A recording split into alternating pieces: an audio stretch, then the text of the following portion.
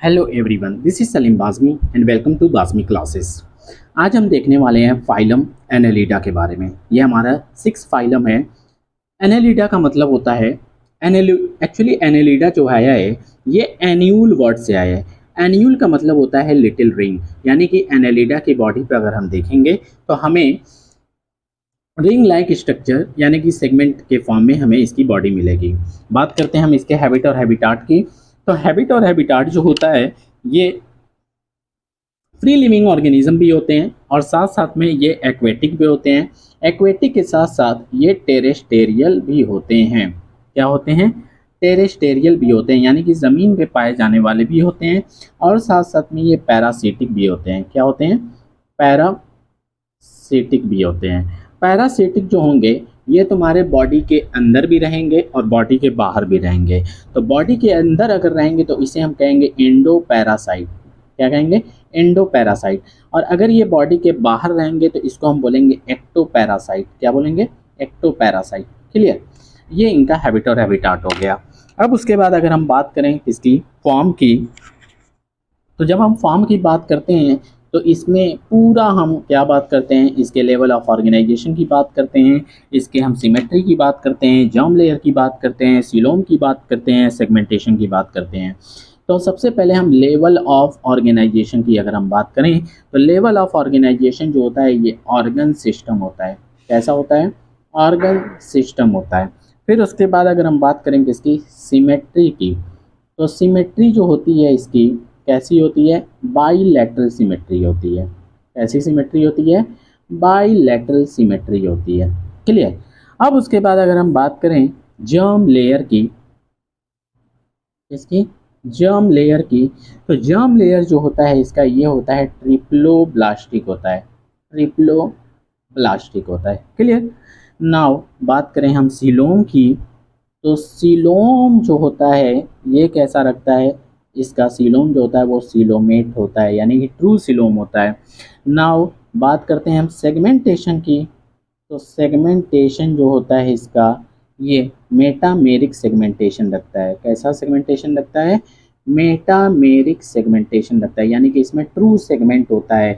Body अंदर से भी डिवाइड होती है, ठीक है, और बॉडी बाहर से भी ऐसा लगता है कि वो रिंग बनाता है या डिवीजन फॉर्म में रखता है। ठीक है, यानी कि ट्रू सेगमेंटेशन होता है।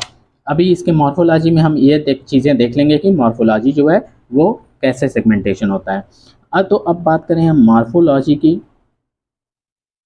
तो मॉर्फोलॉजी की जब हम बात करते हैं तो हम कहते हैं कि morphology is study about the external structure. Morphology जो है वो एक्सटर्नल स्ट्रक्चर को हमें देख करके स्टडी कराती है।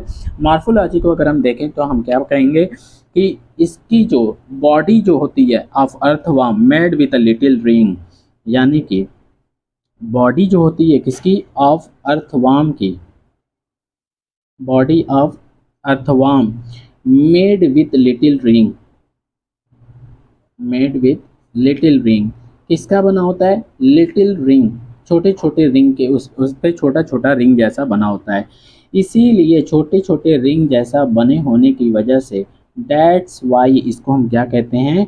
एनेलिडा कहते हैं। क्या कहते हैं? एनेलिडा कहते हैं। इसको इसी वजह से एनेलिडा कहा जाता है। क्लियर? उसके बाद अगर हम बात करें तो बॉडी जो होती है इसकी कैसी होती है? सेगमेंटेड होती है। Body is segmented. Clear? Body कैसी होती है? सेगमेंटेड होती है, यानी कि बाहर से भी बॉडी जो होती है वो एक्सटर्नली क्या होती है? डिवाइड होती है, और बॉडी जो होती है वो इंटरनली भी क्या होती है? वो तुम्हारी डिवाइड होती है। यानी कि बॉडी इज सेगमेंटेड, कैसे? बाहर से भी और अंदर से भी। स्ट्रक्चर्स मैं समझा दे रहा हूँ, जैसे कि मान लो कि ये बॉडी है, ठीक है, तो बॉडी क्या होती है कि इसकी बॉडी बाहर से भी ऐसे डिवाइड होती है, बाहर से भी ऐसे लिटिल लिटिल रिंग बनाते हैं। ठीक है, तो जैसे बाहर से डिवाइड होती है वैसे ही अंदर से भी डिवाइड होती है। मान लो कि ये इसकी बॉडी हो गई। क्लियर? तो क्या बन गया? लिटिल रिंग बन रहा है। बन रहा है कि नहीं बन रहा है? और इसी लिटिल रिंग को हम एन्यूल कहते हैं। तो एन्यूल की वजह से ही इसका नाम क्या पड़ा? एनेलिडा पड़ा। क्लियर है? अब इसी तरीके से देखोगे तो ये सेगमेंटेशन कैसा सेगमेंटेशन है? ट्रू सेगमेंटेशन है। तो बताओ ये क्या हो गया? मेटामर हो गया। मतलब बॉडी अंदर से भी ऐसे ही डिवाइड होगी और बॉडी ये बाहर से भी ऐसे ही डिवाइड होगी। ठीक, उसी तरीके से यहाँ पे छोटे छोटे इसके पास जो है कि एक ऑर्गन निकला होता है, छोटा छोटा सा ऑर्गन निकला होता है। इसका नाम होता है क्या, सेटा। क्या होता है, सेटा। सेटा क्या करता है, ये लोकोमोशन में हेल्प करता है। किसमें, लोकोमोशन में हेल्प करता है। It will help in locomotion, ये लोकोमोशन में हेल्प करेगा। क्लियर। मॉर्फोलॉजी की अगर हम और भी बात करें तो मॉर्फोलॉजी अभी ख़त्म नहीं होती है। मॉर्फोलॉजी में अभी और तुम्हारी बातें हैं, वो क्या हैं ज़रा समझना। वो ये हैं कि अगर इसकी बॉडी को देखा जाए, ठीक, इसकी बॉडी को देखा जाए, एनालिडा की बॉडी को, तो हमें कुछ इस तरीके से इसके एलिमेंट्री कैनाल देखने को मिलते हैं। ये क्या हो गया तुम्हारा, एलिमेंट्री कैनाल हो गया,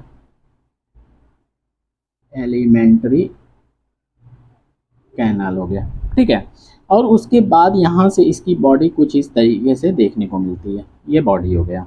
ठीक, अब क्योंकि ये सिलोमेट होता है, सिलोमेट का मतलब कि बॉडी वॉल के पास भी इसका क्या होगा, यहाँ पे भी ये मेसोडर्म की लेयर पाई जाएगी।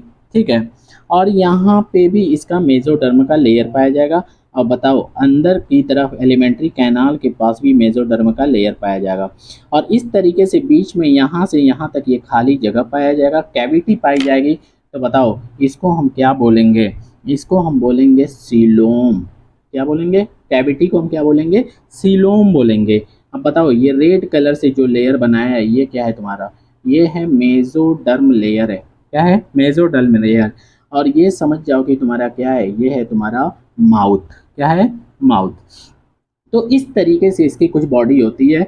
एलिमेंट्री कैनाल होगा, और एलिमेंट्री कैनाल जो अंदर से बॉडी की बाहर से ये वाली चीज़ें, और ये एलिमेंट्री कैनाल का ये वाला जो रीजन होगा, ये दोनों क्या होंगे कि मेसोडर्म लेयर से लाइन होंगे। इन दोनों के ऊपर लाइन होगा और बीच में खाली जगह होगी, कैविटी होगी, जिसे हम क्या कहेंगे, सीलोम कहेंगे।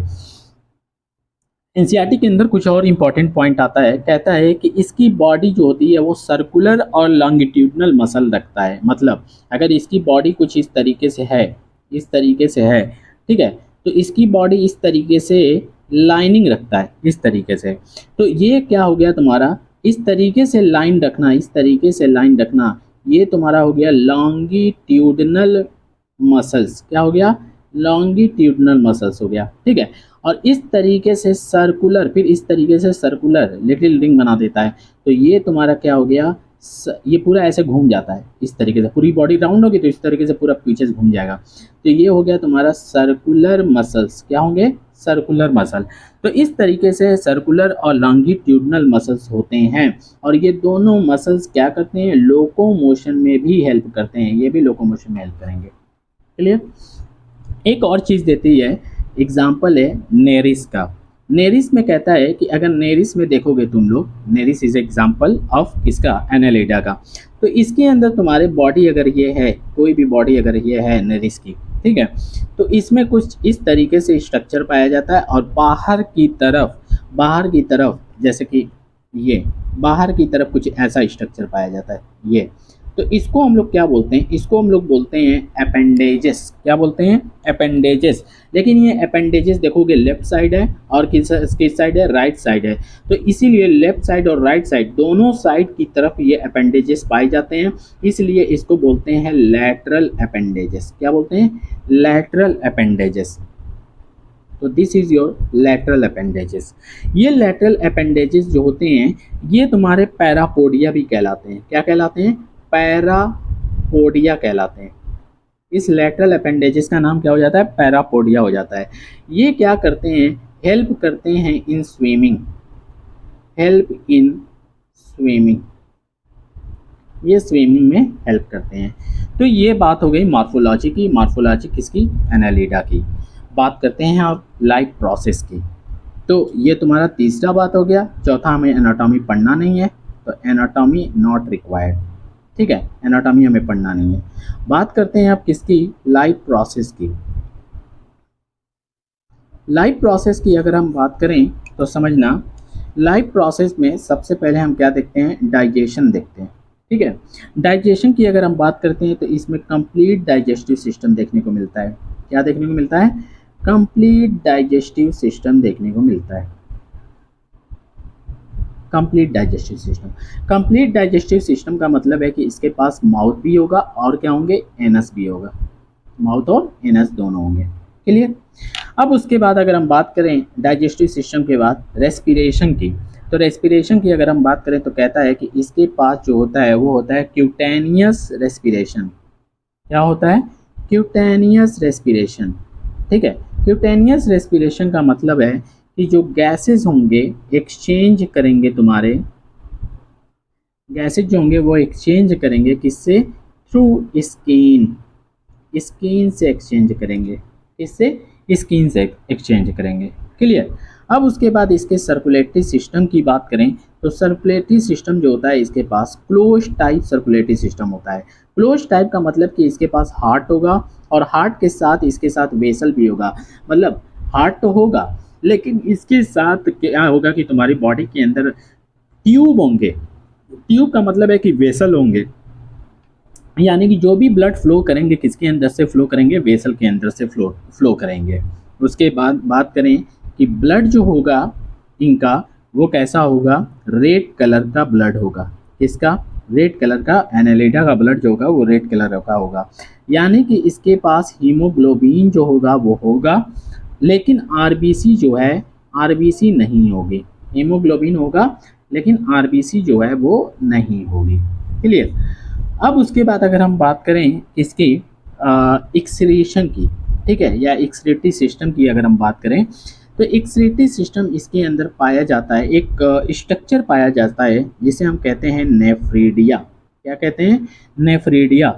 नेफ्रीडिया जो है ये तुम्हारा आस्मो रेगुलेशन में भी हेल्प करेगा, आस्मो रेगुलेशन में भी हेल्प करेगा और साथ साथ में क्या कहता है कि एक्सक्रीशन में भी हेल्प करेगा। किस में हेल्प करेगा, एक्सक्रीशन में भी हेल्प करेगा। ठीक है।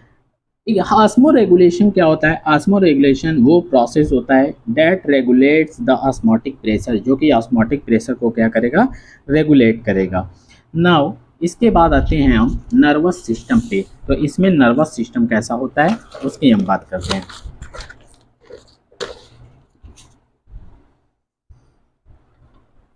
बात करें इसके नर्वस सिस्टम की, नर्वस सिस्टम की, तो नर्वस सिस्टम में कहता है कि ये एक स्ट्रक्चर पाया जाता है इसके अंदर जो कि गैंग्लिया कहते हैं। यानी कि नर्वस सिस्टम जो है ये गैंग्लिया के फॉर्म में पाया जाता है। गैंग्लिया क्या होता है, गैंग्लिया जो होता है ये एक्यूमुलेशन ऑफ नर्व होता है। क्या होता है, एक्यूमुलेशन ऑफ नर्व होता है, एक्यूमुलेशन ऑफ नर्व, यानी कि नर्व का एक गुच्छा बनेगा, नर्व पूरा इकट्ठा हो जाएंगे और नर्व जब इकट्ठा हो जाएंगे, ठीक है, नर्व जब इकट्ठा हो जाएंगे तो इसे हम क्या कहेंगे, गैंग्लिया कहेंगे। और यही गैंग्लिया जो है, यही गैंग्लिया का स्ट्रक्चर जो पाया जाता है इसके अंदर पाया जाता है, यही नर्वस सिस्टम इसके अंदर पाया गया। कैसा स्ट्रक्चर पाया गया, गैंग्लिया पाया गया। याद होना चाहिए कि नर्वस सिस्टम जो है इसके अंदर गैंग्लिया जो है किसके अंदर पाया जाता है, तो एनालिडा के अंदर पाया जाता है। क्लियर। और ये भी किस में पाए जाते हैं, पेयर में पाए जाते हैं। ठीक है, ये सिंगल नहीं होते हैं, पेयर में होते हैं। नाउ उसके बाद अगर हम बात करें 6 पॉइंट इज रिप्रोडक्शन की बात करते हैं। इसकी हम बात करें रिप्रोडक्शन की, अगर हम बात करें तो रिप्रोडक्शन की अगर हम बात करते हैं तो हम ये कहते हैं कि ये ऑलवेज सेक्सुअल रिप्रोडक्शन करते हैं। क्या करते हैं, सेक्सुअल रिप्रोडक्शन करते हैं। क्लियर। सेक्सुअल रिप्रोडक्शन करते हैं तो साथ साथ में इसकी 2 तरीके के सेक्सुअल रिप्रोडक्शन देखने को मिलेंगे। समझना, एक जो तुम्हारी बॉडी होगी, एक लोग होंगे मोनोसियस, क्या होंगे, मोनोसियस, और एक जो होंगे वो क्या होंगे, डायोसियस। क्या होंगे, डायोसियस। मतलब कुछ ऐसे लोग होंगे जिनके पास मेल और फीमेल ऑर्गन दोनों होंगे, यानी कि उसको हम कहते हैं हर्माफ्रोडाइट। क्या बोलते हैं, हर्माफ्रोडाइट। यानी कि जब ऐसे ऑर्गेनिज्म, मान लो ये कोई ऑर्गेनिज्म है, तो जब इसके पास मेल और फीमेल दोनों रिप्रोडक्टिव ऑर्गन प्रेजेंट हो, दोनों रिप्रोडक्टिव ऑर्गन प्रेजेंट हो इस ऑर्गेनिज्म के पास, ठीक है, तो उसको हम क्या बोलेंगे, हर्माफ्रोडाइट बोलेंगे या मोनोसियस बोलेंगे। डायोसियस जो होते हैं, डायोसियस जो होते हैं ये केवल और केवल यूनिसेक्सुअल होते हैं। यूनिसेक्सुअल का मतलब अगर कोई ऑर्गेनिज्म है तो उसके पास केवल मेल होगा, अगर कोई दूसरा ऑर्गेनिज्म है तो हो सकता है कि उसके पास केवल और केवल क्या हो, फीमेल वाले हों। इस तरीके से अलग अलग पाए जाएंगे। तो हर्माफ्रोडाइट के अंदर जो एग्जाम्पल आते हैं, इसके अंदर आते हैं कि ये लीच, लीच जो होता है इसके अंदर मेल रिप्रोडक्टिव ऑर्गन और फीमेल रिप्रोडक्टिव ऑर्गन दोनों एक ही बॉडी पे होते हैं। और इसी तरीके से अर्थवाम, अर्थवाम जो होता है ये भी क्या होता है, मोनोसियस होता है या हर्माफ्रोडाइट होता है। क्लियर। उसके बाद हम बात करें किसकी, एग्जाम्पल की। एग्जाम्पल की अगर हम बात करें तो हम इसका एग्जाम्पल ऐसे लर्न कर सकते हैं, कैसे, 900 पेन। ठीक है, 9 फॉर क्या हो जाएगा, नेरिस, NEREIS, नेरिस। इसी तरीके से 100 फॉर हो जाएगा हाइरोडीना, हाइरोडिनेरिया, हाइरोडिनेरिया, जिसको हम कहते हैं कि ये ब्लड सकिंग लीच होता है, यानी कि ब्लड को क्या करता है, सक करता है, तो इसीलिए ये ब्लड सकिंग लीच होता है। क्लियर। इसके साथ साथ हम बात करें पेन फॉर, तो क्या हो जाएगा, ये फेरेटीमा हो जाएगा। क्या हो जाएगा, फेरेटीमा। फेरेटीमा जो है ये अर्थवाम को हम कहते हैं, किसको कहते हैं, अर्थवाम को कहते हैं। क्लियर। तो ये एग्जाम्पल हो गया तुम्हारा किसका, एनालिटा का। बताओ एग्जाम्पल क्या हो जाएगा, 900 पेन, तो 9 फॉर नेरिस, 100 फॉर हाइरोडिनेरिया जो कि ब्लड सकिंग लीच होता है, और इसी तरीके से पेन, पेन मतलब फेरेटीमा जिसको हम कॉमनली अर्थवार्म भी कहते हैं। इस तरीके से तुम्हारा ये एनालिटा भी होता है complete. Now thank you, have a nice day.